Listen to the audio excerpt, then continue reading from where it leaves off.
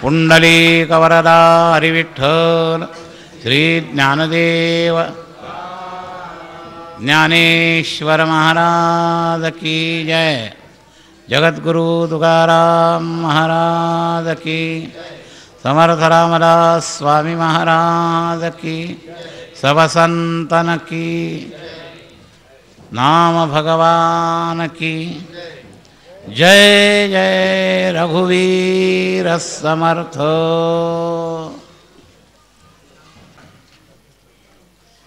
ओ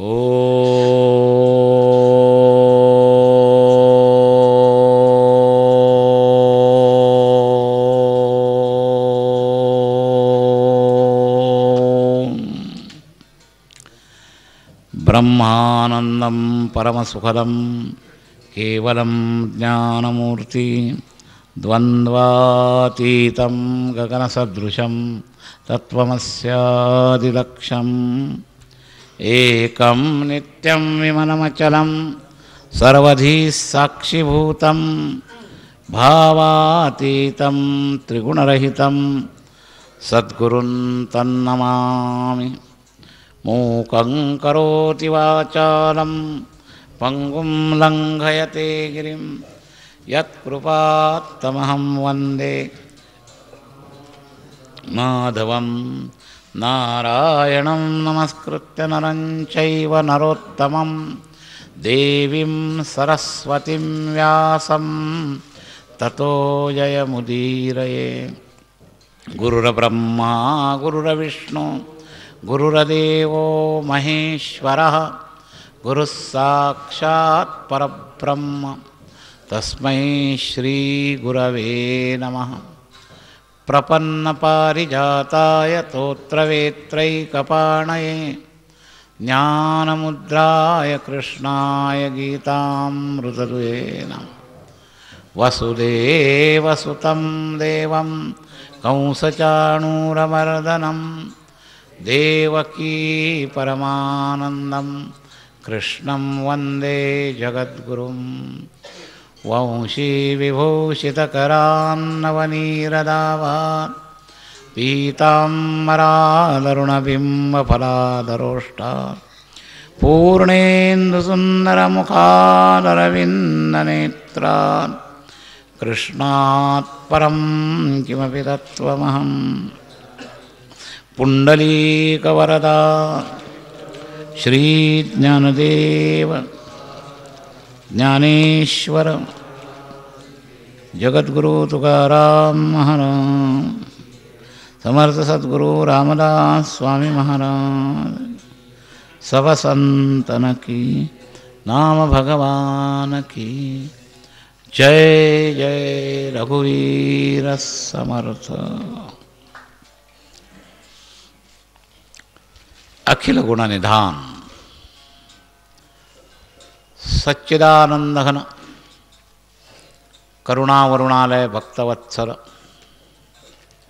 भगवान श्री पांडुरंगाच्या चरणावर मनपूर्वक साष्टांग अभिवादन करून आद्य आचार्यांपासून स्मदाचार्यांपर्यंत सकल संत आचार्यांना साष्टांग अभिवादन करून आपल्या साधन विभागाची प्रेरणास्रोत संत सम्राट श्री ज्ञानराज माऊली यांना साष्टांग अभिवादन करून आणि या साधना स्रोतामध्ये प्रविष्ट असणारे सर्व वारकरी मंडळी यांच्याबद्दल स्नेहपूर्वक सद्भाव प्रकट करून चालू असलेल्या आपल्या वारीच्या ज्ञानचिंतनामध्ये समर्थांची करुणाष्टक हे 15 श्लोकाचं प्रकरण आपण चिंतनाला घेतलं आहे। त्यातला 4था श्लोक आत्ता आपला चालू आहे। काल त्यात आपण प्रवेश केला, चिंतन काल थोडंच झालं होतं। आज आपण हा श्लोक पुरा करण्याचा प्रयत्न करू।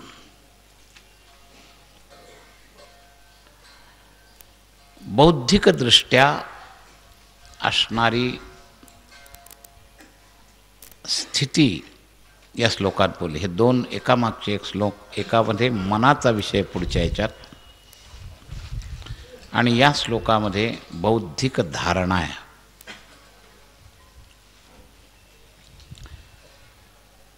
हे रामराया, हे रघुनाथा,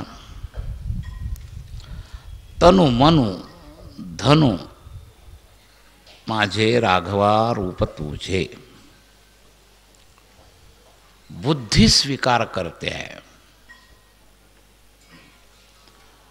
मला सगळ्यांची स्वीकार करते असं नाही, पण समर्थ आणि समर्थ ज्या भूमिकेत आहेत त्या भूमिकेतले साधक, त्यांची बुद्धी स्वीकार करते आहे. आता हे दोन श्लोका मिळून खरं प्रकरण आहे. पहिल्या श्लोकामध्ये बुद्धीच्या धारणेचा विचार आहे, आणि 5व्या श्लोकामध्ये त्या बुद्धीनुसार मन चालत नाही म्हणून प्रार्थना आहे, असं आहे. हे दोन्ही जोडीची श्लोक, याच्या 2-3 ठिकाणी एकदम जोड श्लोकाची संगती आहे. तर वरही रघुपतीमती माझी आपुलीशी करावी, तिथेही बुद्धीविषयीच विचार आहे. आणि या याच्यामध्ये सुद्धा बुद्धीविषयीचा विचार आहे. बुद्धीनं मी जरी पोहोचलो असलो तरीही बुद्धीसुद्धा तुझी माया विचलित करू शकते बुद्धीला, अशी परिस्थिती आहे. आणि म्हणून आत्ताची जी बुद्धीची धारणा आहे या क्षणातली, खरं धारणा आणि विचार यामध्ये फरक असा आहे. दोन्ही बुद्धीद्वारेच असतात, पण तात्कालिक स्थितीचं वर्णन म्हणजे विचार. यामध्ये पहिल्या याच्यात विचार सांगितला आहे.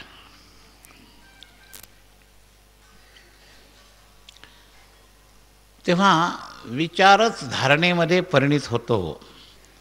विचाराला धारणेपर्यंत नेण्याकरता जबरदस्त सत्संग असावा लागतो. सद्विचाराला धारणेपर्यंत पोहोचवणं हा एक मुद्दा आहे. तर साधक परमार्थामध्ये जेव्हा प्रवेश करतो त्यावेळेला बुद्धीत हे घुसलंय, पण तरीसुद्धा महाराज कधी कधी काय होतं, इंद्रियसुद्धा बुद्धीप्रमाणे चालू देत नाही. इंद्रियाचे दिने आम्ही केलो नारायणे जे म्हटले ना, तर अंतःकरणामधलं मन हे बुद्धीप्रमाणे चालणं हा थोडा वेगळा भाग आहे. विचारात येणं चांगली गोष्ट आहे. जसं एखादा कायदा होण्याच्या मार्गावर असतो, पण तो कायदा पास होऊन तो ज्यावेळेला समाजामध्ये लागू होतो तेव्हा ते काम पूर्ण झालं. नाहीतर कायदा करण्यापूर्वी अनेकांकडून तो विचार तिथपर्यंत गेलेला असतो, पण लागू होतो जसं नाही. आणि लागू होत नाही तोपर्यंत सर्वेशाम ठिकाणी त्याची शक्ती प्रसारित होत नाही. पारित होणं अशी भाषा वापरली जाते आपल्या राजकीय ह्याच्यात. तर हे जसे प्रकार आहेत तसं हे आपलं अंतःकरण ही सुद्धा एक असेंब्लीच आहे. इंद्रियांच्या मागण्या या अंतःकरणामध्ये खलबल चालू असते. लोकसभेत जशी चर्चा असते तसं या अंतःकरणामध्ये इंद्रियांच्या मागणींचा विचार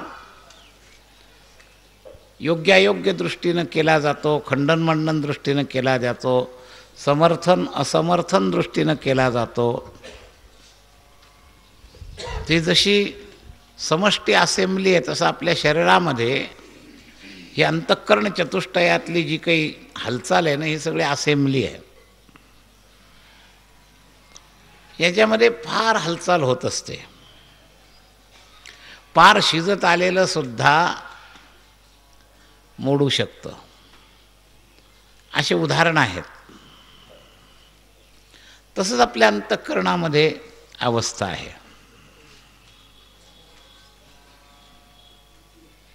तर त्या अवस्थेतले वेगवेगळे अँगल या अंतःकरणाच्या अवस्थेतले याच्यात प्रगट केलेले आहेत.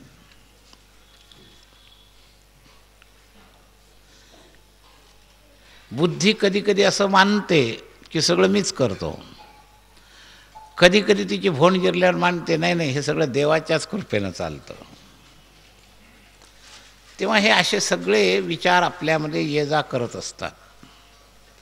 कधी आपल्या पुरुषार्थाला महत्त्व देतो, कधी निसर्गाच्या शक्तीला महत्त्व दिलं जातं, कधी ईश्वर सत्तेला महत्त्व दिलं जातं. अशा प्रकारची गडबड आपल्या अंतःकरणात चालू असते. तर एका क्षणामध्ये एका विचारावर समर्थ असताना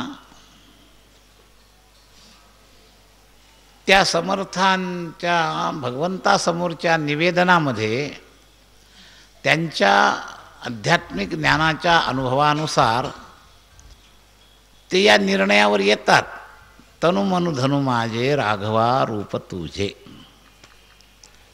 म्हणजे वासुदेव सर्वमच्या विषयावर सर्वम खल्विदम ब्रह्म या पद्धतीनं सगळं भगवानच आहे. तपशिलाच्या दृष्टीनं मग ते शारीरिक क्रिया असो, अंतःकरणाची मनाची क्रिया असो, अथवा सामुग्रीच्या माध्यमातून घडणारी गोष्ट असो. धन ही सामुग्री आहे आणि तन आणि मन हे उपकरण आहेत.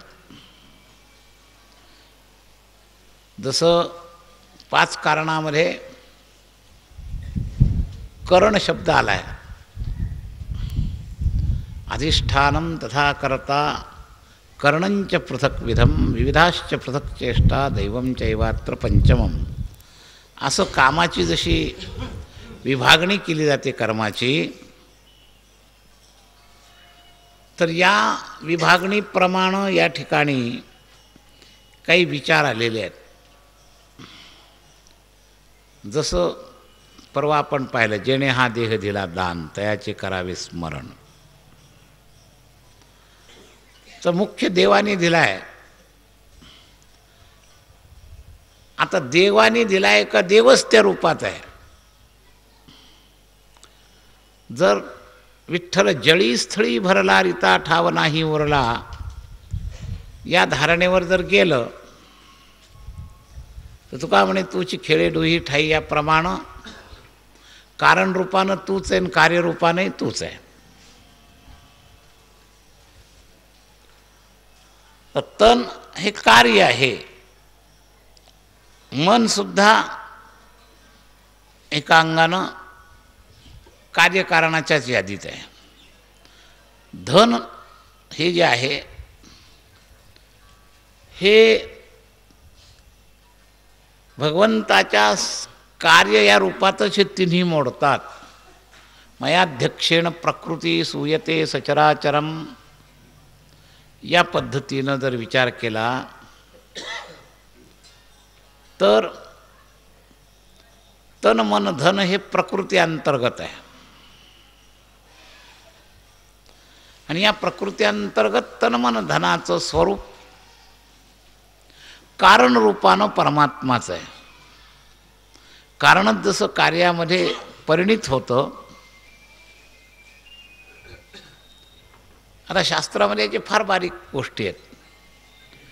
परिणामवाद मानायचा का जगताच्या बाबतीत विवर्त मानायचा का अजात मानायचा, हे सगळ्या बारीक भानगडी आहेत. म्हणजे मी बोललो हे याला सोडून नाही बोललो, याच्यातलाच एक दार्शनिक वाक्य बोललो फक्त. तर यामध्ये समर्थांचा विचार इथपर्यंत आला सस्वरूपी भरावेमुळं की जे काही दिसतंय ते सगळं परमात्मा आहे. तन मन धन. एक मी तुम्हाला सांगतो की मतलबाप्रमाणे अर्थ लावू नका. आपण या तत्वज्ञानांच्या प्रमाणांचा बऱ्याच वेळेला मतलबाप्रमाणे उपयोग करतो. जीवभावात वासनारूपानं आपल्याला पाहिजे असतं आणि मग तो अरे सगळं देवालाच पाहिजे, आपल्याला काय पाहिजे म्हणतो, अशी वकिली करतो. लक्षात घ्या. तर वस्तुस्थिती ज्या लेव्हलवर तनुमनु धन माझे राघवा रूप तुझे, एक उच्च लेव्हल आहे. तुम्ही आम्ही सामान्य माणूस सतत त्या अवस्थेवर नसतो. देहभावावर असतो, जीवभावावर असतो आणि त्यावेळेला हा विचारसुद्धा दृढ नसतो. पण समर्थ या ठिकाणी हा विचार मांडत असताना विचाराच्या दृढतेच्या लेव्हलवर, सिद्धांताच्या लेव्हलवर मानतायत तनुमनु धन माझे राघवा रूप तुझे. आणि म्हणून स्वतंत्र सत्ता असणाऱ्या प्रकृतीबद्दल अजिबात मला आस्था नाही. हा सरकणारा संसार, त्याचं ते सरकणारं स्वरूप,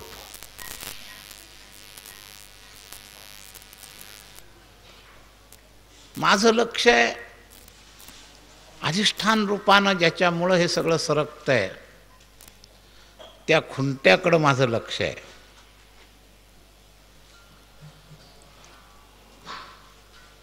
आणि जात्याचं फिरणं जे आहे ते संसाराचं सरकणं आहे. तर खुंटा जो आहे तो स्थिर आहे आणि तळी फिरते. स्वतःच्या सत्तेनं का खुंट्याच्या सत्तेनं?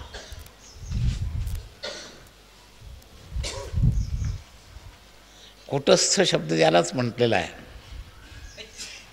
की त्या ऐरणीवर कितीतरी दागिने घडले जातात, ऐरणीमुळं घडले जातात, पण ऐरण त्याच्याशी अलिप्त असते.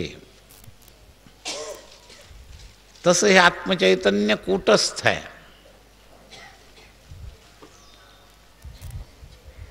पण हे जे बाकी तात्पुरतं फिरणारं जो संसारती ती संसार, हा या संसाराच्या तपशिलामध्ये आता माझं मन अडकायला तयार नाही. तुझ्याकडं लक्ष गेल्यामुळं, तुझ्यामुळं फिरणं आहे हे कळल्यामुळं मी त्या फिरण्यात आता अडकायला तयार नाही. जातं जे फिरतंय ना ते फिरण्यात ऐकायला तयार नाही. म्हणून तुझं विण मज वाटे सर्व संसार ओझे. हे संसार म्हणजे जातं आहे, फिरणारं जातं, आणि खुंटा म्हणजे अधिष्ठान परमात्मा आहे, हे लक्षात घ्या.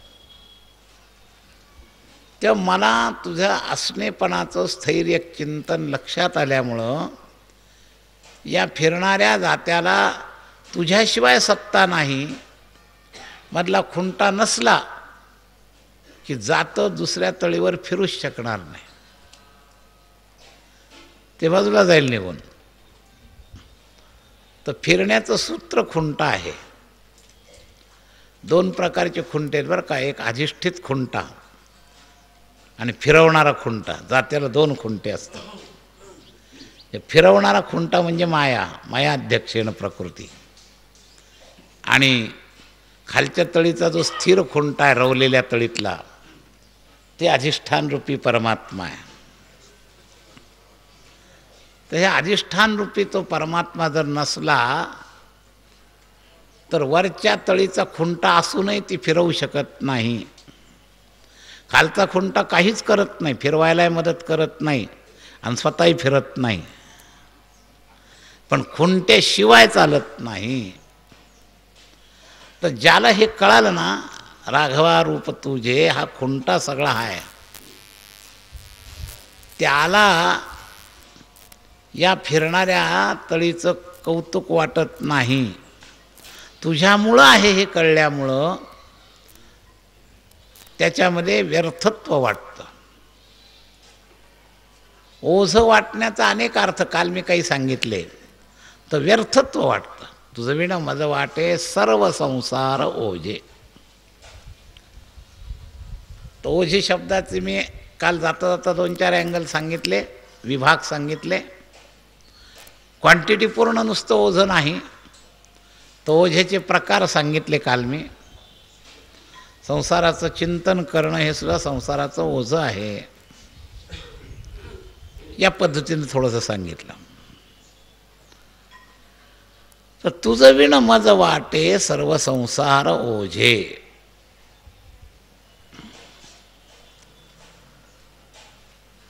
म्हणजे संसाराशी तदाकार होणं हे मला कंटाळवाणं झालं आहे. ओझं वाटण्याचे अनेक अर्थ आहे. एखाद्या वस्तूचं ओझं वाटलं म्हणजे मनुष्य कंटाळतो ते ओझं वागवताना. म्हणजे वैराग्याचं बीज त्याच्यात आहे. ओझेचा अर्थ मिथ्या वाटतं, ओझेचा अर्थ कंटाळवाणं वाटतं. तर ओझे शब्दाचे पुष्कळ अर्थ आहेत, हे लक्षात घ्या. ते संसार मला ओझं वाटतंय.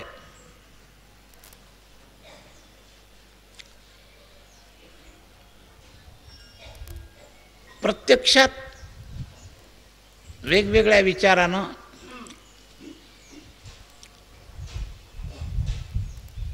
या संसाराचं ओझं वाटण्याशी फार मोठा संबंध आहे. संसार अनुभव असण्यापेक्षा सुद्धा संसाराचं ओझं वाटणं हा वैराग्यप्रधान विचार आहे.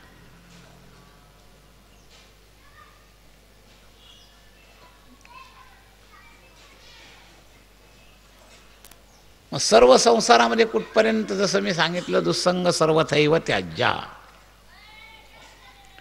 अति तीव्र मुमुक्षु साधक असेल ना,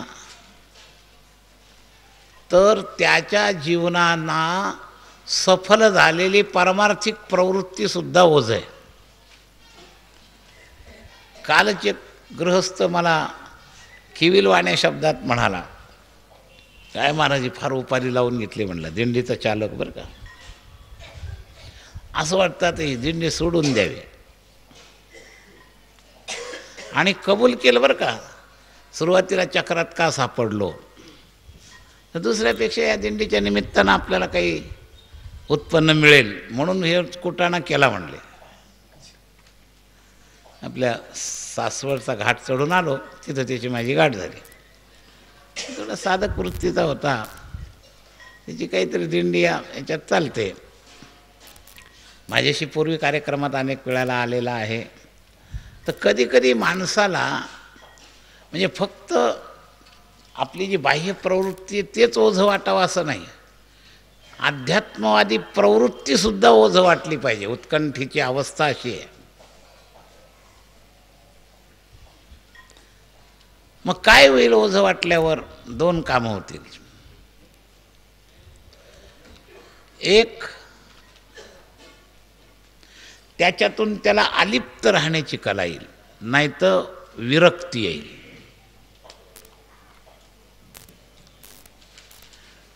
विरक्ती बाह्यांगासहित सफल होणं याला थोडं प्रारब्धसुद्धा अनुकूल लागतं बरं का. बाह्यांगानं म्हणतोय, अंतरंगानं विवेकानं वैराग्य होतं, पण बाह्यांगानं काही वेळेला त्या शरीराबरोबर त्याचं काही जे प्रारब्ध आहे ना, ते त्याला हिंडवत राहतं. त्या बाह्यांगानं त्याने झटकण्याचा प्रयत्न जर केला तर देव त्याला अलिप्ततेची शक्तीसुद्धा देतो. त्याच्या हातून जर देवाला काही घडवायचं असेल, लक्षात घ्या, त्याला उत्थान करण्याकरता ही गोष्ट पर्याप्त आहे. तर सर्व संसारमध्ये फक्त मुलं बाळन पैसा एवढा संसार आहे असं नाही. तर हे परमार्थिक हे जे आत्ता आपलं चाललेलं आहे ना, हा सुद्धा एक संसारच आहे. आणि हा सरकणारच आहे. उलट खऱ्या संसाराची जाणीव करून देणारा हा संसार आहे. जर निरीक्षक म्हणून तुम्ही वारी कराल तर संसाराचं संसरती हे स्वरूप तुम्हाला ही वारी दाखवते. गेलेला रस्ता परत नाही, सारखं नवा रस्ता, सारखा नवा रस्ता. मागचा रस्ता सरकत चालतो, मागची गावं सरकत चालतात, मागचे दिवस सरकत चालतात, मागचे पक्वान्न सरकत चालतात. हे सगळं सरकत जातं, लक्षात घ्या. तेव्हा उलट रोजच्या संसारामध्ये इतकं लक्षात येत नाही जितकं वारी सरकणं लक्षात येतं. ही वारी सरकणं प्रधान आहे. संसारातून सरकत सरकत सरकत जाऊन सगळ्या संसाराला सरकवणं म्हणजे पांडुरंगाजवळ जाणं असं आहे.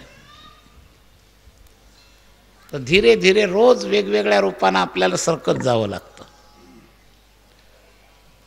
तर सरकत जाणं म्हणजेच वारी आहे. वारी आपल्याला संसाराचं स्वरूप दाखवते. आगमा पायिनो अनित्या हा तांस्थितिक्षस्व भारत.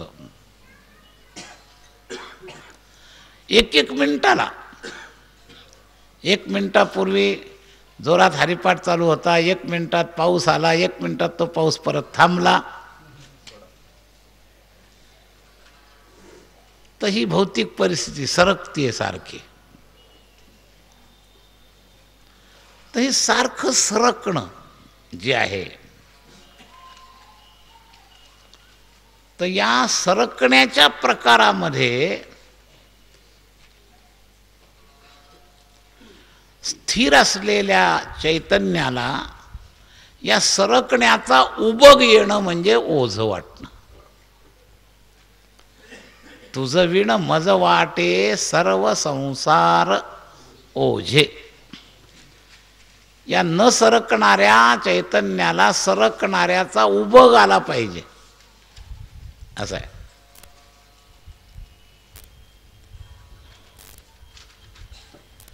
तर परमात्मा न सरकणार आहे आणि तुम्ही न सरकणार आहेत.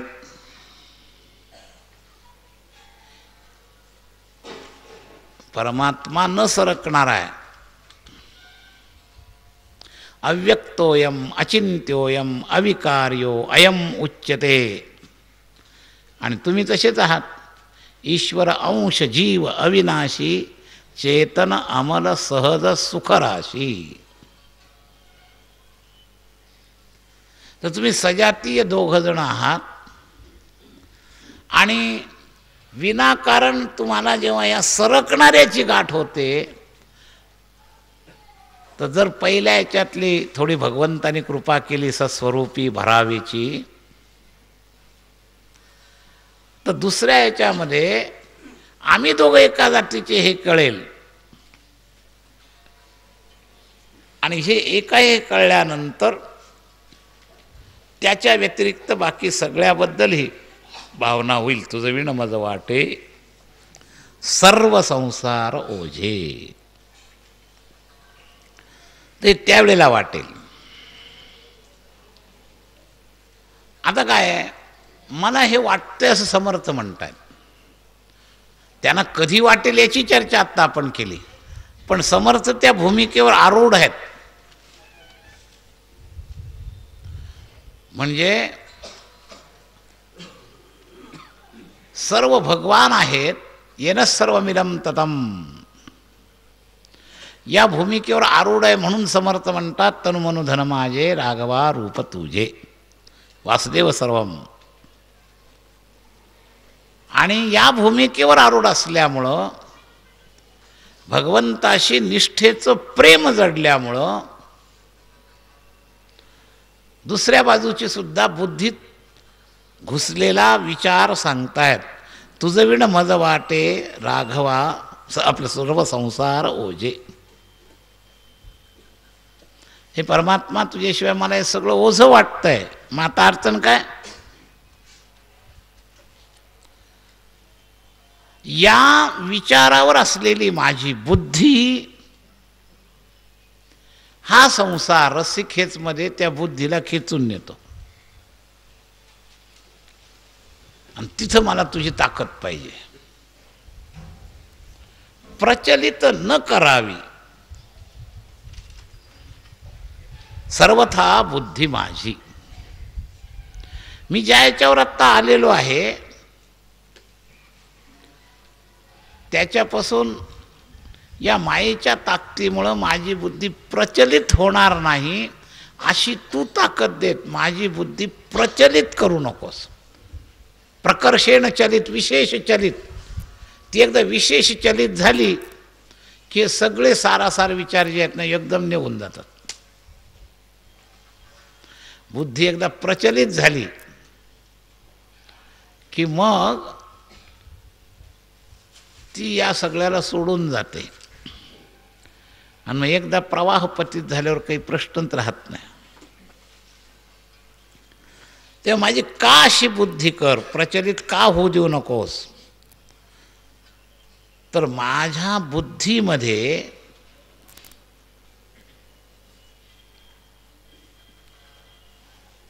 अशा प्रकारची धारणा झालेली आहे. अचळ भजन लीला. अचळ बरं का, म्हणजे शांत भावामधलं जे वर्णन तुकोबरायांनी केलंय, निष्काम निश्चळ विठ्ठली विश्वास पाहू नये वास आणि काची. शांत भावाचं उदाहरण या अचळतेमध्ये केलेलं आहे. आपलं भजन आहे पण अचळ नाही. समर्थांची विचाराची धारणा इथपर्यंत गेली आहे. याच्यातला प्रतिबंध त्यांना एकच दिसतोय या बुद्धीचा, आणि म्हणून याच्यात एकच मागणी केली, प्रचलित न करावी राघवा बुद्धी माझी. बस, सर्वथा बुद्धी माझी. या 3 चरणामध्ये, 4पैकी 3 चरणामध्ये ज्या विषयावर माझी दृढता झाली आहे त्याच्यापासून मला तो हलवू नकोस. बस. कोणत्या गोष्टीपासून? तनुमनोधन माझे राघवा रूप तुझे एक सिद्धांत, तुझ विण मज वाटे सर्व संसार ओझे दुसरा सिद्धांत, आणि अचळ भजन लीला लागली आस तुझी. हे 3 सिद्धांत सांगितले. आणि या 3ही सिद्धांताच्या स्थैर्याकरता तुम्हाला एकच मदत कर. म्हणजे आता मी तुझ्यापर्यंत पोहोचलोय, एका चौकोनात माझी सोंगटी पडू देऊ नको. गुलाबराव महाराजांच्या म्हणण्याप्रमाणे तो जो मोक्षपट आहे ना, की असं एक घर आहे की तिथं सोंगटी पडली की पतन. मग ती घर कोणतं? तर हे बुद्धीचं घर आहे. आणि ही बुद्धीच्या प्रचलिततेच्या घरामध्ये एकदा जर सोंगटी पडली तर प्रचलिततेमधला जो साप आहे तो तुम्हाला कुठल्या खालच्या घरात आणून सोडेल सांगता येणार नाही. म्हणून आता पार सोंगटी तिथपर्यंत आली आहे. आता मोक्याच्या वेळेला महाराज लोक नाही म्हणतात, एका बाजूला खूप नास्तिकतेच्या गोष्टी करतात, पण एका बाजूला अक्षरशः जेवढा अगदी निकरावर काही काही मॅच येतात ना, त्यावेळेला ते नास्तिक लोकसुद्धा प्रार्थना करतात, देवा आता एवढं होते, एक चौकार मिळाला की आम्ही जिंकलोच. पाहणार आहे बरं का. तर तो एक पॉईंट असतो, असं आहे. त्या पॉईंटला सगळे, तर असे प्रत्येकाच्या जीवनातले काही पॉईंट आहेत. तसं समर्थांच्या जीवनातला हा पॉईंट आहे. त्याच्याकरता भगवंताला मागणी मागतात, प्रचलित न करावी राघवा सर्वथा बुद्धी माझी.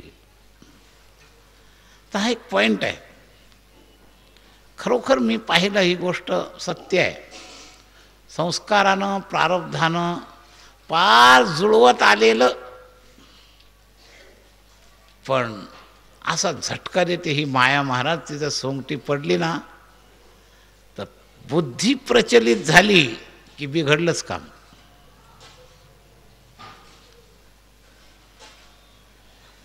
तर हे दोन श्लोक आहे मन आणि बुद्धीचा विचार सांगणारे.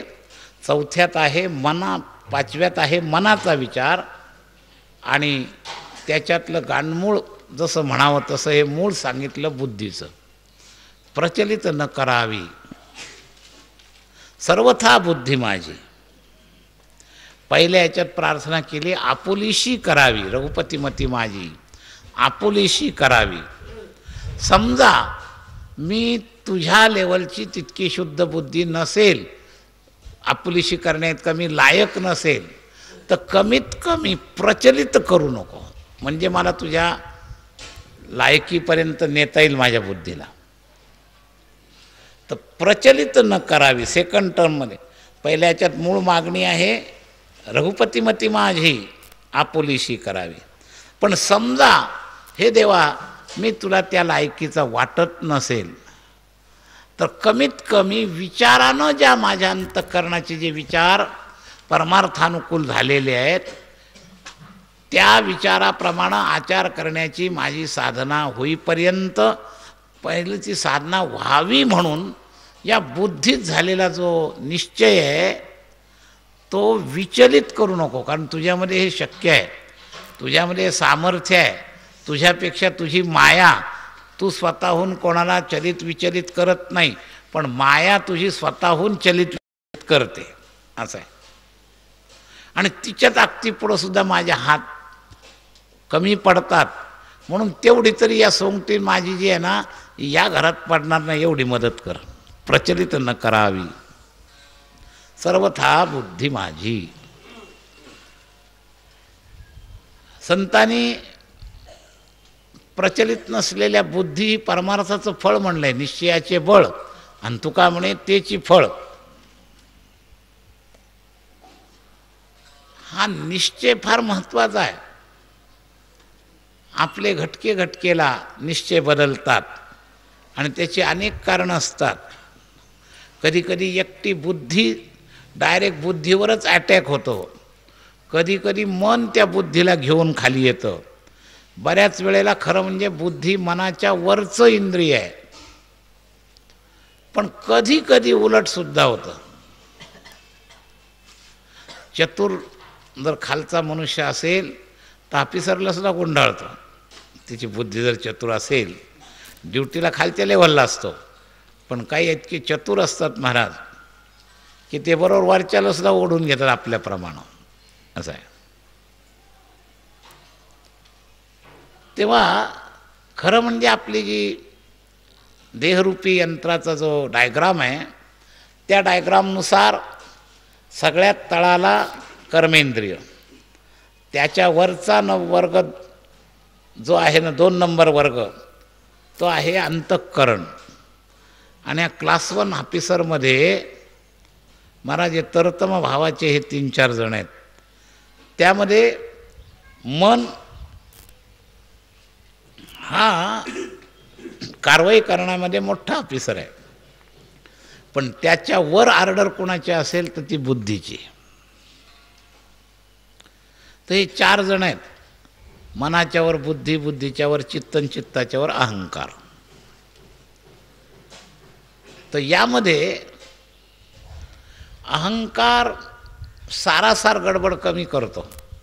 सारासार गडबडीमध्ये मन आणि बुद्धीच जास्त आहे. एक संघर्ष जो होतो ना त्यांच्यात जास्त होतो. तर साधारणपणे बुद्धी ही मनाला ताब्यात ठेवायला पाहिजे, बुद्धीनं मनाला ताब्यात ठेवायला पाहिजे. पण बऱ्याच वेळेला उलटं होतं. अरे बुद्धीच काय, इंद्रिय सुद्धा मनाला आणि बुद्धीला खेचतात.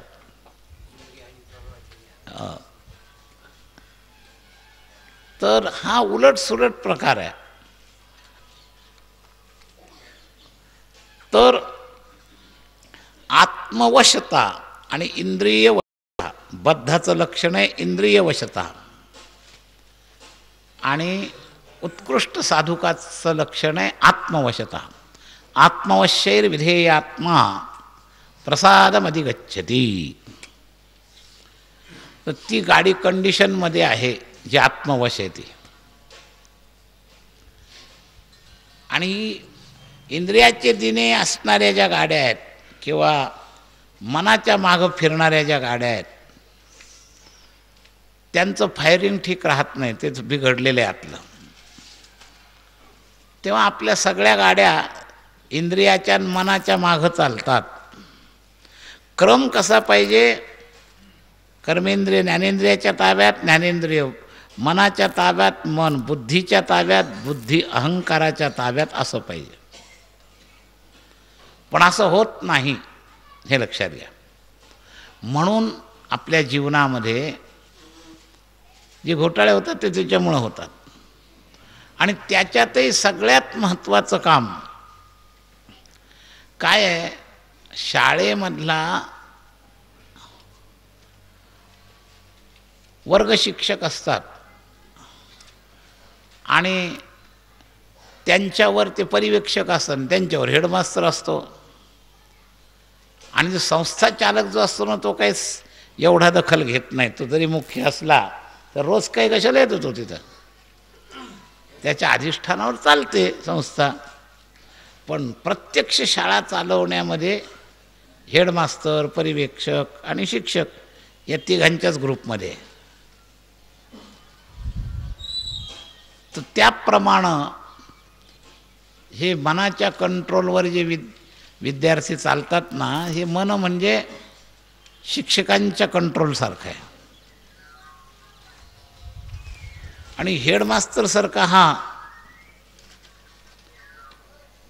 बुद्धीचा भाग आहे. त्याच्याही पेक्षा वर अहम असतो, पण अहमचा साक्षात क्रियेमध्ये कमी संबंध असतो. जसं संस्थेचा मुख्य अध्यक्ष जो असतो ना, तर त्याचा घटकेला संबंध नसतो. शाळा चालवताना घटकेला संबंध म्हणजे या मंडळींचा, हेडमास्तर, पर्यवेक्षक, शिक्षक इथपर्यंतच शाळा चालवण्याच्या करता असतात. तसं अहम जो आहे ना, याच्यापेक्षाही म्हणजे खरं पतनाला जास्त मुख्य सूत्र कुठं जातं? शाळेचा निकाल बिघडतो ते संस्था चालक जो मुख्य कोणी अध्यक्ष असेल त्याच्यामुळे नाही. हेडमास्टरचं दुर्लक्ष झालं, शिक्षकाचं दुर्लक्ष झालं की शाळेच्या निकालावर परिणाम होतो. असं आहे.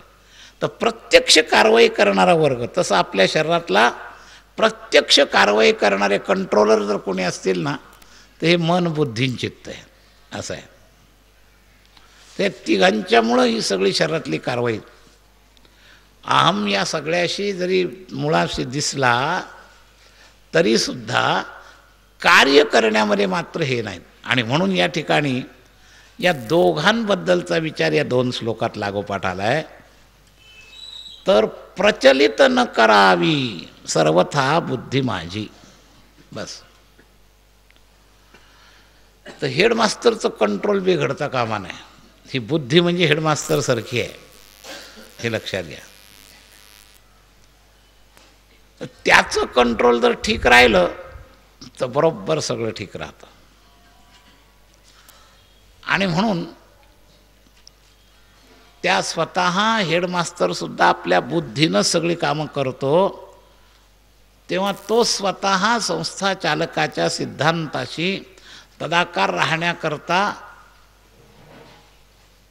सत्ता असणाऱ्या या परमात्म्याला प्रार्थना करतोय. आता एक तुम्हाला चांगला महत्त्वाचा सिद्धांत सांगतोय, शेवटच आपल्याला त्याच्यात करायचं आहे. चित्त माझं सहाय्य आहे. ही जी अचळ भजन लीला, चळ आणि अचलता, ही महाराज अंतःकरण चतुष्टयाचं वर्णन करत असताना कधी कधी अंतःकरण द्वय शब्द जेव्हा येतो तेव्हा चित्त आणि मन एकत्र घातलं आणि बुद्धी आणि अहंकार एकत्र घातलाय. अंतःकरण चतुष्टय, अंतःकरण द्वय आणि नुसतं एकाचारीचं सूत्र म्हणून एक अंतःकरण, अशा तिन्ही पद्धतीची भाषा या सूक्ष्म देहातल्या या कर्णांच्या बाबतीत केली जाते. तर ही जी अचळ भजन लीला आस तुझी धरावी हे जे आहे ना, तर लागली आस तुझी, तर माझं चित्त सहाय्य आहे. लक्षात घ्या, आस लागली याचा अर्थ आस कोणाला लागते तर चित्ताला लागते. बुद्धी विचार करते, धारणा करते, निश्चय करते, आणि आस लागते ती चित्ताला लागते. लक्षात घ्या. तर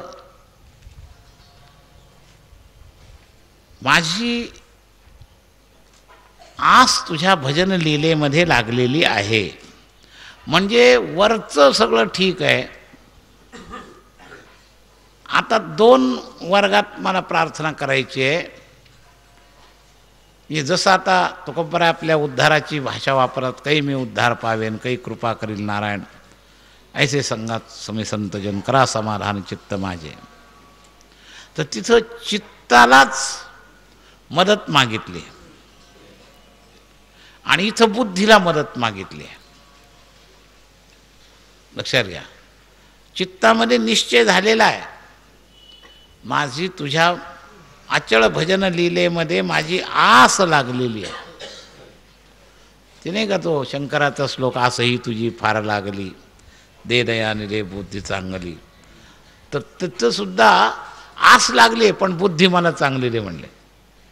देव तू नको दुष्ट वासना, तूच आवरी आमच्या मना. तिथं चित्त, बुद्धी आणि मन असा क्रम त्या श्लोकात येतो. पण त्याच्यात पहिली पावती दिली, आसही तुझी फार लागली. तसंच याच्यामध्ये समर्थ म्हणतायत की माझी अचळ भजन लीला लागली आस तुझी. अचळ भजन लीलेमध्ये तैलधारवत भजन चालावं, या बाबतीत माझ्या चित्ताची उत्कंठा पूर्ण त्या अचळ भजनाशी लागलेली आहे. मात्र याला ओढणारं कोण आहे तर ही प्रचलित बुद्धी. म्हणून ते दुसरं म्हटलंय, दे दयाने दे बुद्धी चांगली. म्हणजे ही आस मोडणारं कोण आहे तर बुद्धी, प्रतिबंध करणारं. लक्षात घ्या. आणि बुद्धीला प्रतिबंध करणारं मन. आता हा उलटा क्रम मी म्हणतोय. हा का सांगतोय? सुलटा क्रम आणि उलटा क्रम. विवेक प्रधान ज्ञानमार्गाचे जे जीवन असतं ना, त्याच्या क्रमामध्ये तुम्हाला असं सापडेल, विवेक साधनेचा जो साधक आहे त्याच्यामध्ये असं सापडेल की तो बरोबर मनावर कंट्रोल करतो. म्हणून याही पद्धतीनं संतांनी तुम्हाला प्रेरणा दिली या मनाला स्थिर करण्याकरता. तर विचारानं मनावर कंट्रोल होणं. आणि देवाजवळ इथं मागणी मागितली आहे, माझं वरचं केंद्र क्लिअर झालंय, खालचे केंद्र मला ओढतायत. आस लागली म्हणजे वरचं केंद्र क्लिअर झालंय. कशामुळं क्लिअर झालंय तर त्या वरच्या धारणेमुळं केंद्र ठीक झालंय. तनुमनु धन माझे राघवा रूप तुझे, हे कळल्यामुळं चित्तानी पकड घेतली त्या मुद्द्याची. आता चित्ताला प्रतिबंध करणारा कोण? खालून चित्तापर्यंत गेलेला जो असतो ना त्याला प्रतिबंध नाहीत, पण डायरेक्ट चित्ताची पकड झाली आणि खालचे पेपर जर आधी सोडवलेले नसले तर हे प्रकार होतात. आता बघा, वारीला येताना परवानगी मागत जो आला ना त्याला प्रतिबंध होत नाही, पण डायरेक्टच यावं वाटलं तर प्रतिबंध होतात. जो यायचं ठरवतो त्याला मागं ओढणारी मंडळी असतात. जो क्रमाने परवानगी मागत जर आला, आपल्या बापाला परवानगी मागितली किंवा जे काही कुटुंबातले आदरणीय त्यांना परवानगी मागून आला तर मग प्रतिबंध परत येत नाही. पण न परवानगी घेता आला की फोनवर फोन, कुठं गेला, काय गेला, कसं गेला, मला सांगितलं नाही, आलाच न विचारता आला.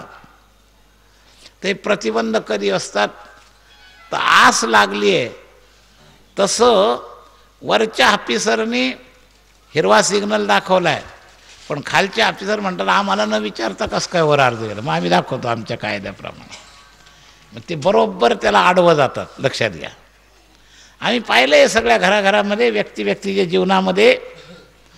त्याला वाटतं, पण ज्या क्रमानं त्याला अनुमती घ्यायला पाहिजे त्या क्रमानं घेतलेली नसल्यामुळं पोरांचा विरोध, पत्नीचा विरोध, आईबापाचा विरोध, सगळ्याचा विरोधच विरोध. लक्षात घ्या, त्याला फार कष्ट होतात. आणि ज्याला क्रमाने परवानगी मिळाली ना त्याला ते कष्ट फार कमी होतात. ते युद्ध करावं लागतं वेगवेगळ्या पद्धतीच्या लोकांना, वेगवेगळ्या पद्धतीतून. आता प्रश्न असा आहे की प्रतिबंध कमी होतो म्हणून क्रमाने जावं का? काही वेळेला क्रमाने जाऊन पहिल्या वेळेलाच आपण पराभूत होतो. बापाच्या पुढे एक शब्द बोलायची हिंमत नसते. त्या परवानगी विचारून येणं होतच असं नाही. कदाचित तो डायरेक्ट आलेला सफल होतो, कारण निम्मा बळ त्यांचं कमी झालेलं असतं डायरेक्ट आल्यावर. आणि मग उलट होतं की जाऊ दे अजिबातच पारच हे होण्यापेक्षा प्रयत्न करतात. ते इतका पक्का प्रयत्न करतात महाराज. ते गृहस्थी लोक असते, ते शेवटपर्यंत सोडत नाहीत. आता आमच्याकडं आम्ही पाहतो हे प्रत्यक्ष. ध्रुवाच्या आईसारखी एखादी आई की जिला आपलं पोरगं चांगलं होण्याचं समाधान आहे. एखादा बाप, बाकी सगळे हिरण्य भेटतात, हे लक्षात घ्या. त्या ध्रुवासारखा एखादा सुनीतीच्या परवानगीचा भाग्यवान मिळतो. तसं आपल्या या आतल्या शरीरातल्या रचनेमध्ये सुद्धा तुम्हाला जर काही पूर्वभाग्यानं एखादा शब्द डायरेक्ट चित्ताला भिडला आणि त्याप्रमाणे जर आपल्याला अनुभव यावा असं वाटलं तर सर्व बाजूने सफलता मिळेलच असं नाही. मग शेवटी काय करावं? मोठ्याचा आश्रय घ्यावा. मोठ्याच्या आश्रयाचा थोडा लाभ होतो. तुम्ही मनमाने पळून गेला आणि एकटे जर त्यांच्या तावडीत सापडला ना तर मग अवघड जातं. पण मोठ्या महात्म्याच्या जवळ गेलात तर मग ते सुद्धा गडबडतात. तिथं आपल्याला आता विरोध करताना विचार करावा लागेल. तर भगवंताचा आश्रय पकडा. चित्ताच्या निश्चयाला सफल करण्याकरता भगवंताचा आश्रय पकडा. आणि भगवंताचा आश्रय पकडल्यावर काय कर? मला लढाईची ताकद दे. ही प्रचलित न करावी या शब्दाचा दुसरा अर्थ असा आहे, माझ्या बुद्धीला त्यांच्या विचाराचा पगडा न होऊ देणे इतकी ताकद दे. ते त्यांचं कर्म करणारच, ते काय सोडणार नाहीत. तो त्यांचा स्वभावच आहे. त्यामुळे संसारी लोक, अरे सगळा पुरा परमार्थ सोडून द्या, वारी करता सुद्धा कित्येक घरात लोकांना संघर्ष करावा लागतो. वारी म्हणजे काही फार 100% परमार्थ नाही, पण 15 दिवससुद्धा यायला या स्वार्थी लोकांना नको असतं. ते पेरणीचे दिवस आले तर तुझ्यामुळं ते आमकं राहिले, तुझी तू व्यवस्था कर. उलटं बोला, आमचं काय नाही, तुला जायचं जा, पण ती व्यवस्था कर. म्हणजे त्याला माहिती याला काही व्यवस्था करता येत नाही आणि काही जात नाही. ते ही सगळी वकिली भाषा असते संता या गृहस्थी लोकांची. काय एखाद्या बाईला म्हणे ते तुझं पोरासहित तू आपलं सांभाळ, मग तुझं तू काही कर. माहिती ही काही बारक पोरं घेऊन जाऊ शकत नाही. तेव्हा अशी ही गृहस्थी लोकांची अडवण्याची परिभाषा असते, लक्षात घ्या. तसं या बुद्धीला चंचल होणार नाही एवढी ताकद तुम्हाला दे. प्रचलित न करावी ही जी मागणी आहे ना, तर मुख्य लहडण्याची ताकद कोणत्या जागेवर पाहिजे? बुद्धी बिघडली की निम्म्याच्या पुढं रेस्सी खेसमधला पराभव झालाच. बुद्धी एकदा आपलीशी झाली, हे लोक फार हुशार असतात महाराज, ते ओळखून घेतात हा थोडा ढिला झाला आहे. आमच्याकडे पुष्कळ वेळेला पुष्कळ इतकं बनवण्यामध्ये हुशार असतात, काही धाड झालेली नसते, पण त्याच्या वीक पॉईंटचा विचार करून तू गेल्यापासून तुझी आई फार आजारी पडली आणि तुझ्या त्या पोरानं धोसरा काढलाय असे पॉईंट दाखवतात की तो बरोबर ढिला झाला पाहिजे. काही झालेलं नसतं महाराज, फार अजिबात. तर ही सगळी संसारातली माणसं ही जसं काय करतात, नेमकं बुद्धी प्रचलित करण्याचं काम करतात. आणि तिथं बुद्धी प्रचलित होऊ नये याकरता स्वबळावर साधकाला अवघड वाटलं तर त्यांनी देवाचा आणि सद्गुरूचा आश्रय घ्यावा, बस असं आहे. प्रचलित न करावी सर्वथा बुद्धी माझी. निदान जरी थोडा धक्का बसला, आता अनेक वर्षाची मायामोहाचे संबंध असतात, तर थोडाफार धक्का बसला, देवा निदान सर्वथा प्रचलित करू नको. 1-2 मिनिटापुरतं वाटून गेलं खरंच आपलं काही झालं का, ते खरंच आहे का. काही वेळेला आम्ही सांगत असतो ना, आमच्याकडे एखादं पोरगं आलं आणि त्याला जर असं काही पत्र आलं, आम्ही म्हणतो निवळ थाप आहेत, पण त्याला थोडा वेळ तरी असं वाटतं नाही नाही काहीतरी असलच त्याशिवाय काय, ते असं थोडंसं वाटून जातं त्याला. तेव्हा देवा कमीत कमी माझा निश्चय ढिळा होईल इतकं सर्वथा प्रचलित करू नकोस. थोडाफार धक्का बसला, सावरण्याकरता ताकद दे, मी सावरील. प्रचलित न करावी सर्वथा बुद्धी माझी.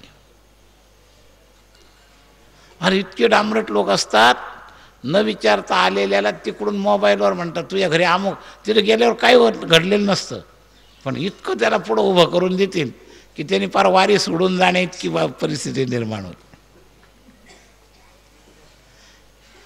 ही सगळी केवळ हसायची नाही, प्रत्यक्ष आम्ही या 25 वर्षात अनुभवलीच ही सगळी उदाहरणं, हे लक्षात घ्या.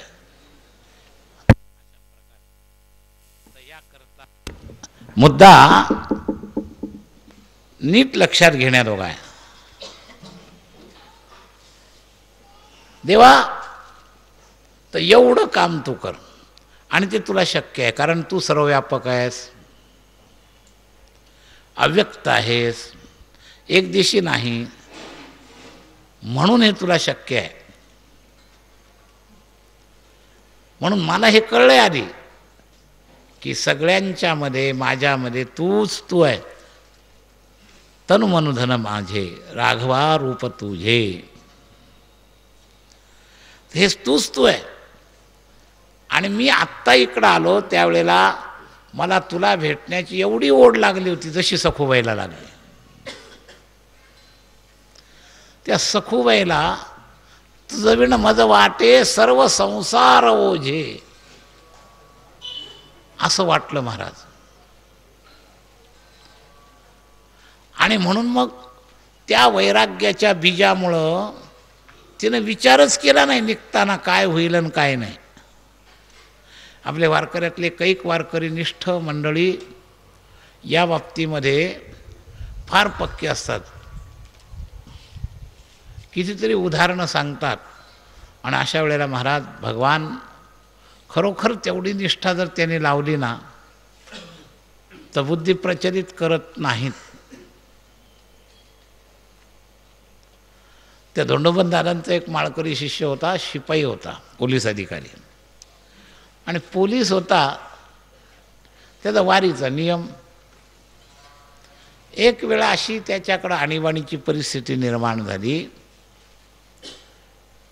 की त्याला साहेबांनी सांगितलं, मी त्याच्या कारकिर्दीत 2-4 वाऱ्या झाल्या होत्या, तुला मी मागं अडवलं नाही, पण यंदा अशी कंडिशन आहे, जसं आता हे दम द्यावा का नाही जाहीर करावं, मग पोलीस खात्यावर ताण पडतो तशा प्रकारे, म्हणे तुला आता यंदा मला रजा देता येणार नाही, इथं ही ड्युटी करणं आवश्यक आहे, तुला काही रजा देता येणार नाही, स्पष्ट सांगितलं. काही झालं तरी मी तुझी रजा सँक्शन करणार नाही, तुला मेमो काढीन. तळमळ झाली महाराज या वारीच्या एका ओढनं. अचळ भजन लीला लागली आस तुझी, संपत्ती सोहळा नावडे मनाला, लागला टकळा पंढरीचा. जशी वारी जवळ आली तळमळ काय करावं. साहेब रजा द्यायला तयार नाही. आणि मग शेवटी जे व्हायचं असेल ते होईल. त्याला तिथं राहणं ओझं वाटायला लागलं. क्षण सर्व संसार ओझे. देवा अरे त्याच्यात तूच बसलाय, माझा अंतःकरण तू ओळखतोय. आता काय त्याला बुद्धी द्यायची असेल ते दे, पण मी काय आता राहत नाही. आणि त्या पोलिसाला ती दशमी उजाडली, राहवलंच नाही. न सांगता निघून गेला वारीला. विचारच केला नाही काय व्हायचं असेल आणि काय होईल. महत्वाची जबाबदारी. आजच्या काळात हे असे चमत्कार घडतात महाराज, आज सुद्धा घडतात. आता हा काही फार दिवसाचा नाही, धोंडोपंतांना पाहिलेले लोक आहेत, त्यांचाच माळकरी होता तो. आला आणि वारीमध्ये अक्षरशः मी काय धाडस करून आले या गोष्टीला सुद्धा विसरला, इतका रमला. म्हणजे खरा मनापासून आलेला असल्यामुळं त्याला परत जाईपर्यंत तो विषय सुद्धा आठवला नाही की मला काय होईल. आणि मग ते चित्र कधी समोर आलं, पार पौर्णिमेचा काला घेऊन परत निघून घरी आला. आणि मग तिथं मात्र त्याच्या डोक्यात आलं आता काय होणार. नाही नाही, मेमो मिळणार, आपल्याला जे काही व्हायचं ते होणार, असं गृहीत धरलं मला. पण त्याची जी आस होती ना, ती अचळ भजन लीला. सर्वथा आस तुझी खरी आस आहे. परिणाम इतकी पक्की आस असल्यामुळं महाराज भगवंतानी निघाल्यापासून एवढ्या त्यागाच्या भूमिकेवर निघाल्यामुळं बुद्धीला प्रचलित होऊ दिला नाही. गावाले भेटले नसतील असं नाही. मनात विचार, आपण जरी रेटून निघतो तरी 17 वेळा तेच विचार करतो, मी आलोय खरा पण काय होईल काय होईल. पण तो काय होईल याचा विचार नाही केला. कोणाकडं आलोय त्याच्यात तो इतका रमला की त्याला हा प्रश्नसुद्धा तिथं वारीच्या काळात मनात आला नाही, काय होईल आणि कसं होईल. आणि इतक्या पक्की आस लागलेली असल्यामुळं शेवटी भगवंताने लीला केली महाराज. जेव्हा आला, आता दुसऱ्या दिवशी ड्युटीवर जायचं, तोपर्यंत मनामध्ये शंका नाही, संशय नाही, निष्ठेत काही फरक नाही. आला आणि अतिशय बिहीत साहेबाकडं आला की आता काहीतरी मेमो हातात पडणार, मला तर आधी बजावलं होतं. आणि ड्युटीवर आल्यावर असं बिहीत नजरेनं, आता काय बोलणे असतील ते खायचे, पण आपली वारीच पार पडली, भगवंताने आपली खूप पुरी करून घेतली. आता काय बरं, मनामध्ये इथपर्यंत आलं होतं, काही झालं तरी माझा परमात्मा पुढं जे करायचं ते करील, पण मी आता जाणार यावेळेला हे विचारसुद्धा आले नाही. निघालाच अचळ भजन लीला, सर्वथा आस तुझी, या लेव्हलवर. शेवट फार चांगला झाला. शेवट तो येऊन साहेबापुढं थरथर घाबरतच होता, बस आपलं काय काय परिस्थितीला तोंड द्यावं लागतंय. तर साहेब त्याच्याकडं खूप सहानुभूतीपूर्वक पाहतो. त्याला वाटलं कसं काय हा बदल झाला, साहेब तर रागवायला पाहिजे होता, आणि सहानुभूतीने माझ्याकडं पाहतोय. साहेब म्हणतो, बाबा तू खूप भाविक असू नये, तुझा वारी सोडून तू माझ्या ऑर्डरप्रमाणे गेला नाहीस, तेव्हा मी आज फार प्रसन्न आहे. आजपर्यंत मला भीती होती, काल जाशील आज जाशील. तो साहेबाकडे पाहतच राहिला. त्याला वाटलं हा काय प्रकार आहे ना. साहेब आता तुम्ही किती उलटं बोललं तरी जे करायचं ते मी केलंय. त्याला ते असं होतं ना, त्याला वाटतं, त्या आमच्या त्या भागवताच्या कथेमध्ये त्या गोपीचं मी सांगत होतो की देवानी साखर झाली, त्या मीठ टाकलं त्याच्यात, आणि सासू बोलली नाही, सासरा बोलला नाही, फार चांगलं झालं फार चांगलं. ती जेवायला बसली, तिला जेव्हा मीठ लागलं ना, तिला वाटलं हे उलटं मला चिडवाय करता फार चांगलं झालं म्हणत होते. तसं याला काय वाटलं, हा साहेब मुद्दाम म्हणतोय असं. नाही साहेब, आता तुम्ही काय उलटं बोला सुलटं बोला, जे करायचं ते झालंय, ते व्हायचं झालं. मी चूक करायला नको होती पण केली. अरे म्हणे काय चूक केली, तू तर फार व्यवस्थित ड्युटी केली, चूक कशाची केली. नाही म्हणे, तुम्ही ही उलटं बोलून मला खिजवू नका, मी आलो नाही, चूक माझीच आहे, पण मला काय आता इलाज नाही. असं सगळं दोघांचं बोलणं चाललं. कळच ना काही. साहेब म्हणले, अरे 2-3 दिवस तू रोजच्यापेक्षाही चांगली ड्युटी केली. साहेब मी नव्हतो जिथं. साहेबांनी मस्टर काढून त्यांच्या सह्या दाखवल्या त्याच्या, आणि मग त्याच्या डोळ्यातून घळघळ घळघळ अश्रू सुरू झाले. भगवंताची इतकी दृढ श्रद्धा पाहिजे. अचळ भजन लीला लागली आस तुझी. इतकी जर दृढनिष्ठा असेल तर काय होणार नाही, वाटेल ते होऊ शकतं मला.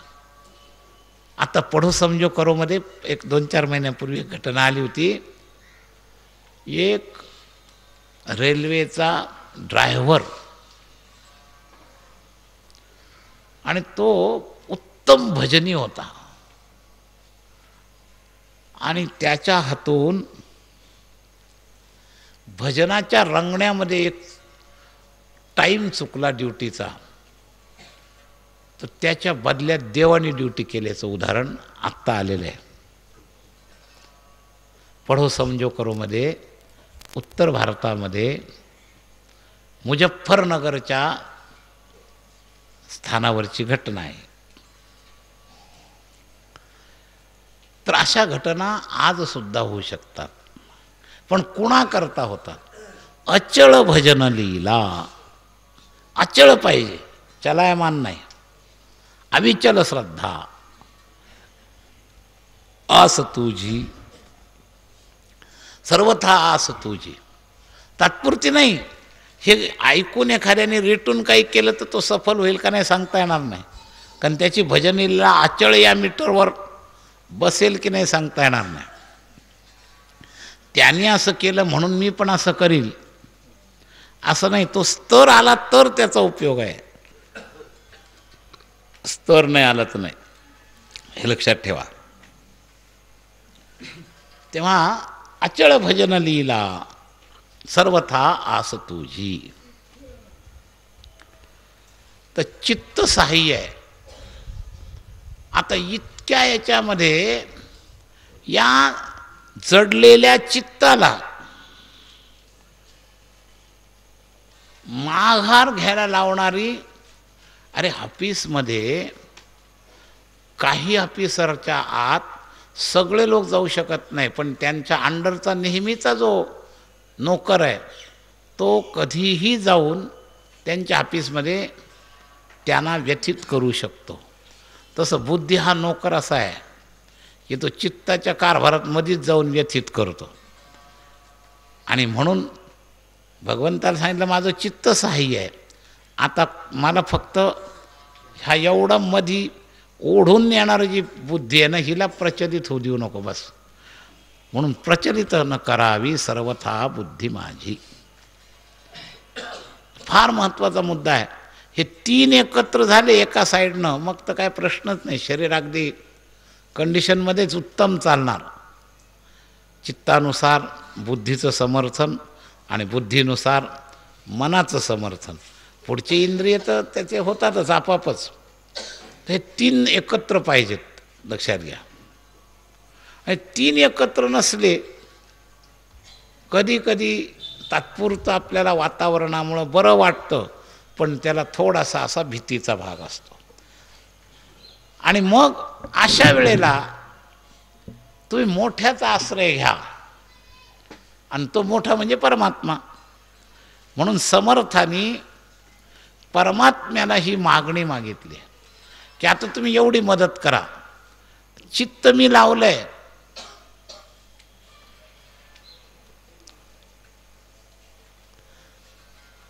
आता तुम्ही फक्त माझ्या बुद्धीला त्याच्यामध्ये प्रतिबंध होणार नाही एवढी फक्त तुम्ही मला ताकद द्या की त्या बुद्धीच्या मागं हे चित्त आणि चित्ताच्या मागं मी पुन्हा रिटर्न घसरणार नाही. याकरता माझ्या बुद्धीवर तुम्ही एवढी ताकद द्या. हे मागितले 4थ्या श्लोकात. आणि 5व्या श्लोकात त्याच्याही खालच्या एका बाबतीत थोडे संशय आला, आणि म्हणे माझ्या साधनेच्या काळात कधी कधी बुद्धीच्या ऐवजी ह्या मनाने पण फार गडबड केली. म्हणून देवा मी मागताना मागच्या श्लोकात फक्त बुद्धीबद्दलच मागितलं, पण अजूनही मनामध्ये थोडासा संशय आहे. हे मन फार विचित्र आहे महाराज. मनेव मनुष्याणाम कारणम बंध मोक्षयो. ते फार विचित्र आहे हे मन.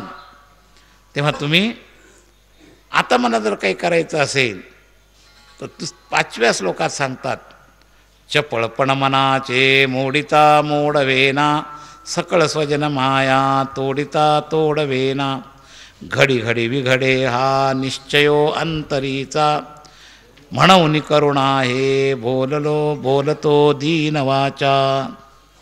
मी प्रार्थनेवर का आलो तर ही मंडळी पूर्ण माझ्या ताब्यात नाही, आणि म्हणून या 3 जणांची सूत्रता जुळावी याकरता पहिल्या टप्प्यात मला मदत करा, ती प्रचलित न करावी बुद्धी. आणि दुसऱ्या टप्प्यात मदत करा की माझं जे मन आहे ना, मी बुद्धीद्वारा थोडा प्रयत्न करतोय, पण ते सुद्धा कधी कधी अनावर होतं. अपचपळ मन माझे नावरे आवरिता, उपक्रमातला मुद्दा, त्याचा विस्तार 5व्यामध्ये आता सुरू होणार. हे आवरता सुद्धा आवरत नाही असं हे अचपळ मन आहे. आणि म्हणून मी प्रयत्न करून सुद्धा मला काय होत आहे हा जो विचार आला हा पुढच्या श्लोकात आला. तर 2 श्लोक एकत्र मन आणि बुद्धीविषयीची प्रार्थना करणारे असे हे 4था आणि 5वा श्लोक आहेत. तर त्यातल्या 4थ्या याच्यामध्ये मुख्य सूत्र आहे, प्रचलित न करावी सर्वथा बुद्धी माझी.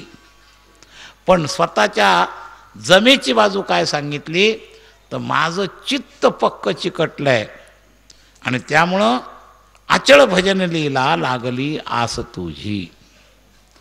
तेव्हा माझं चित्त चिकटल्यामुळं तुझ्या भजन लीलेमध्ये ते अचळ राहावं या विषयाशी माझं चित्त एकदम चिकटलं आहे, आणि तुझ्या दर्शनाची मला ओढ लागली.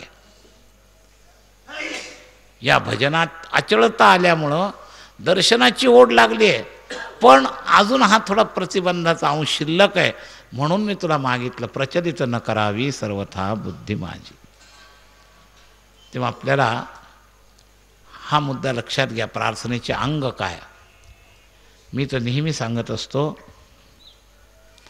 की प्रार्थनेचे अंग आपल्याला कळले पाहिजेत. तेव्हा कशा पद्धतीनं ते अंग कळले पाहिजेत हा विचार आपण आता उद्याला आपल्याला याला चिंतनाला सवड आहे. आजचा आपला टाईम झालेला आहे, मधल्या व्यत्ययामुळं 5-10 मिनटं वाढले. तर अंग जे आहेत मी सांगत असतो, तुम्हाला आठवत असेल 2-4 वर्षात एकदा सांगितलेलं, तेवढा एक तुकडा सांगतो, विस्तार उद्याच करेन. की लोक म्हणतात माझं मन लागत नाही, माझं मन लागत नाही. खरा प्रश्न आहे, मन देवाकडं लागत नाही हा नाही, संसार मनातून जात नाही हा खरा प्रश्न आहे. आणि माणसाला त्याच्याबद्दल विचारच नाही. लक्षात घ्या, संसार मनातून गेला की मन लागणार आहे. त्या मनात एक चांगला गुण पण आहे. जसं ते लागत नाही ना, तसं लाचावले मन लागली से गोडी, हा पण गुण आहे त्याच्यामध्ये. तर मूळ प्रश्नच वेगळा आहे. आपलं देवाकडं मन लागत नाही हा मूळ प्रश्न नाही आहे, मनातून संसार सुटत नाही हा मूळ प्रश्न आहे. हे लक्षात घ्या. तर हे 2 वेगळे अँगल सांगितले. तर तसं हे प्रचलित मन माझे मोडिता, हे जे चपळपण मनाचे मोडिता मोडवेना, सकळ स्वजन माया तोडिता तोडवेना, हा खरा मूळ प्रश्न आहे. आणि या प्रश्नाचा विचार आपण उद्या करणार आहे. घडी घडी विघडे हा निश्चयो अंतरीचा. समर्थांचं पहिल्या याच्यातला निश्चय चिकटलेला आहे, आणि याच्यानंतर या मनाच्या गडबडीमध्ये पुढं काय होतं याविषयीचा विचार सांगितलेला आहे. की मला प्रार्थना करण्याची का पाळी आली तर मी तुझा आधार न घेता प्रयत्न केल्यावर मला काय घडलं हे सगळं या श्लोकात आहे. म्हणून करुणा हे बोललो दीन वाचा. प्रार्थना करण्याचं कारण, तर मूळ समस्या समजवण्याच्या दृष्टिकोनातून आता बुद्धीच्या नंतर ह्या मनाची गडबड जी आहे आणि त्याच्याशी मी केलेली जी लढाई आहे याचा विचार सांगितला, आणि या लढाईत मी सफल झालो नाही, म्हणून आता या दोन्हीलाही आवरण्याला मदत तूच कर, प्रचलित न करावी सर्वथा बुद्धी माझी. याला मदत आता तुझीच गरज आहे. आणि या मन आणि चित्त जे एकाग्र आहेत ना, तर या मन आणि चित्त याचा एकत्र संबंध असल्यामुळं घडीघडी बिघडे हा निश्चयो अंतरीचा, ही जी अंतःकरणातली हालचाल होती, मी मोडवेना म्हणजे मी प्रयत्न केला आहे पण मी सफल नाही आहे. तर याच्या सफलतेचा विचार, आणि हे त्या करुणाष्टकाच्या मूळ प्रार्थनेच्या उद्गमाचं कारण, मी कुठं असह्य झालो आहे म्हणून मला कुठं सहाय्य करायची गरज आहे, मी काही न करता हे मागत नाही आहे, तर मी प्रयत्न करून मागतोय. मोडिता मोडवे ना, म्हणजे मोडिता म्हणजे मी मोडायचा प्रयत्न केला असं सरळ अर्थ आहे. मी प्रयत्नच केला नाही असं नाही. तर या मनाच्या सगळ्या विभागाचा विचार उद्याच्या प्रवचनामध्ये आपण करूया. तर मन आणि बुद्धी, पहिली मागणी आहे प्रचलित न करावी सर्वथा बुद्धी माझी.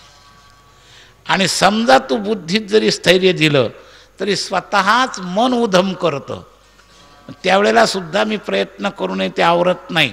आणि दोन्ही अनावर माझ्यापासून झाल्यामुळं मला तुझी प्रार्थना केल्याशिवाय दुसरा काही इलाज नाही, म्हणून मी तुझी प्रार्थना करतोय. असं साधक भूमिकेतून समर्थाने हा विषय मांडलाय. करुणाष्टकाच्या क्रमाप्रमाणे उद्याला आपण 5व्या श्लोकाचं चिंतन करूया. पुंडलीक वरदा हरिविठ्ठल श्री ज्ञानदेव तुकाराम ज्ञानेश्वर महाराज की जय. जगद्गुरु तुकाराम महाराज की, समर्थ रामदास स्वामी महाराज की, नाम भगवान की जय. जय रघुवीर समर्थ.